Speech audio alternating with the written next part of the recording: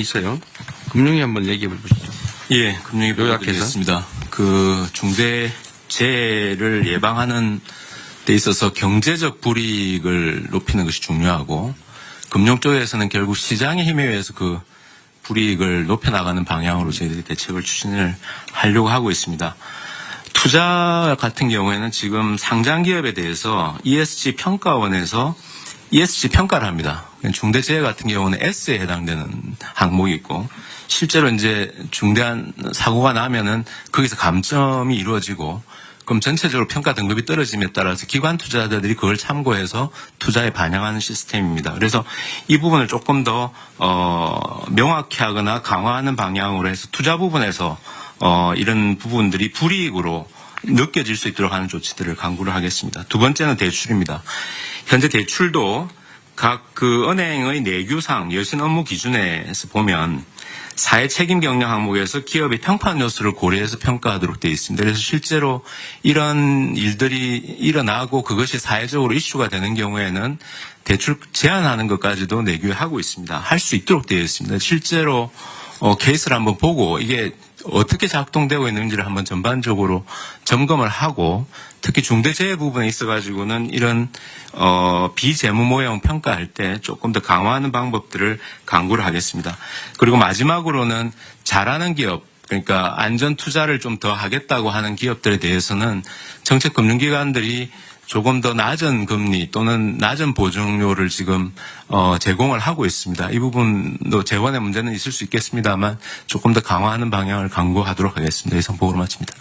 네, 이 금융위 제안이 아주 재미있는 것 같아요.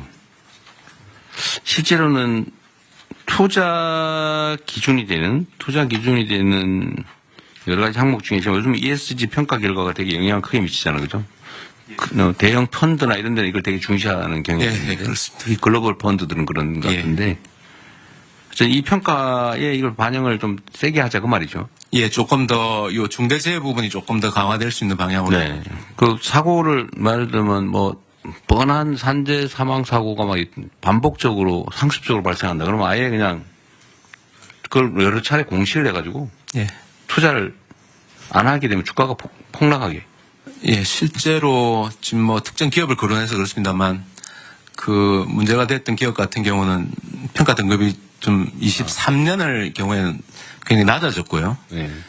실제로 주가가 여러 가지 요인을 봐야 되겠습니다만 처음 사고 난 대비로 주가가 많이 빠져 있습니다. 그 종합 주가 지수는 전반적으로 올라가 있는 상황이라서 그래서 그런 요인들도 좀 작용한 거 아닌가 저희들은 그렇게 생각하고 그냥 있습니다. 자연스러운 현상보다는 어쨌든 ESG 평가를 강화해가지고 예. 어쨌든 이 아주 정말 원시적인 거잖아요. 규정을 안 지켜서 산재 사망 사고가 상습 발생한다고 하는 거는 대출은 당장 우리가 어떤 조치를 할 수 있는 부분 같은데 이거는 실제 실행 계획을 좀 만들어서 예. 대출 제한이나 뭐 이런 걸 좀 해야 될 거 아니에요. 한번 현황을 한번 보겠습니다. 네. 예, 실제 어떻게 작동하고 있는지 한번 보고 대책을 강구하겠습니다. 기준을 좀 만들어서 대출과 투자에 불이익이 있는 게 상장 회사들은 상당히 큰 타격이 있을 거 아니에요.